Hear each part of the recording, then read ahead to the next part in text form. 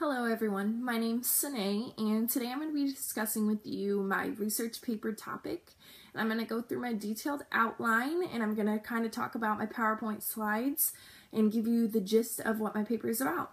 So I decided to discuss body image and media. I decided to choose this research topic because I have my own bias about it, and also because I'm studying education. I thought this would be useful for education because boys and girls, how they're coming into my classroom because of their appearance, with whether it's their weight or how they wear their makeup or what they're wearing, I found it interesting to see if they're going to come in how the media portrays it or if they just kind of go with their self-confidence. So I chose this topic, and I'm going to lay out what I'm going to talk about. So my driving question was, how does media impact body image?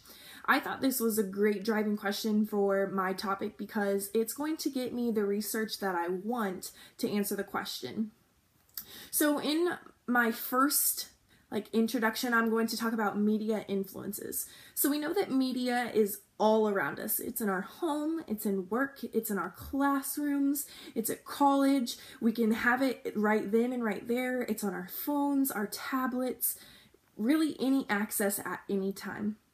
There's positives and negatives of that. So some positives would be we have what we need right then and right there for research-based information. So if we need to look up a word, or if we need to look into something that we're discussing as a collaborative group, it's right there, right at hand, so we can do it quickly and easily, and we don't have to go waste time, not necessarily waste time, but use time to search deeper for a slower response to what we are wanting to know right there, then and there. Also has a negative impact. I feel like it can consume society very easily. I also feel like the positive and negative comes from how we project it and the perspective that we take it into. So I thought that is going to be a great introduction for me. I'm also going to talk about how it impacts societal stigmas. So for example, like gender roles, that men are supposed to work full-time and bring home a majority of the income for a family, or women are supposed to stay at home and be full-time moms. You know, we kind of get that impact from media sometimes. We also get the impact on our body image. We look at people, for girls, it's makeup and how thin they are. And for men or for boys, it can be how fit that person is, or how much hair he has, how healthy he looks. So those are some things that I'm going to introduce into my topic to get me flowing into my question. So in my paper, I'm going to talk about the impact of media on body image between boys and girls. This is an interesting aspect to look at because a lot of people don't think that boys are affected at all by how the media projects boys or men to look. So in some of my research that I've done already, it has said that boys and men do get affected, and it's not as much or as negative as it is for women, but it is still happening. So girls clearly are more likely affected by the media, how they portray us on our body image, whether it's our weight, the thin idealization that we want to be as skinny as the model or the celebrity looks on screen, or even the appearance, like makeup and how they're dressing, what dress size they wear. So those are some things I'm going to discuss, how men are affected and boys in different societal aspects, and how women are affected in different societal aspects. Then I'm going to talk about how body image affects our mental and our physical thoughts or outlook or appearance. So positive effects. So the media does have positive and negatives on our body image. So some positive for men. Men often see a lot of men who are really in shape or really fit and look great, have more hair, a little healthier. Men are motivated by those other men and they want to look like them. So in my research, I found that they like to actually work towards looking like that man to do a healthier lifestyle. They're not influenced negatively by that image. They're more positively influenced, like, I can do this, I'm motivated, I got this, I can look just like that gentleman that I see that's really fit or really healthy or has lots of hair.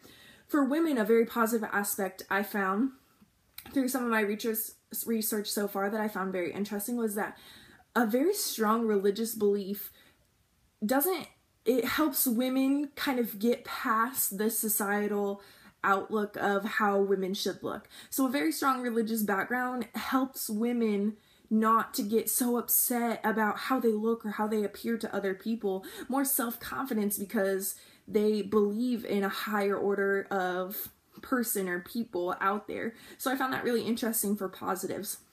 Of course, I have found more negative effects as so far into my research, that it leads to depression, anxiety, and obviously eating disorders. So eating disorders is a huge one, mainly for women, but it does happen for men too. And it is something that is affecting us greatly. So according to one of my sources, the author is Kara Kerr, and she says that approximately 40% of anorexia nervosa cases occur in females ages 15 to 19. That is an astounding amount of young adolescents and girls that are changing their bodies to look like the media that they are being introduced to, whether it's social media or magazines or makeup, even makeup through television. You see all those, how I should appear, how should I look. So it's sad that women are influenced, and men, just this one uses young women, are influenced by the media to look a certain way or to be a certain way. So in my last one, I'm just going to wrap up really quick, is my conclusion.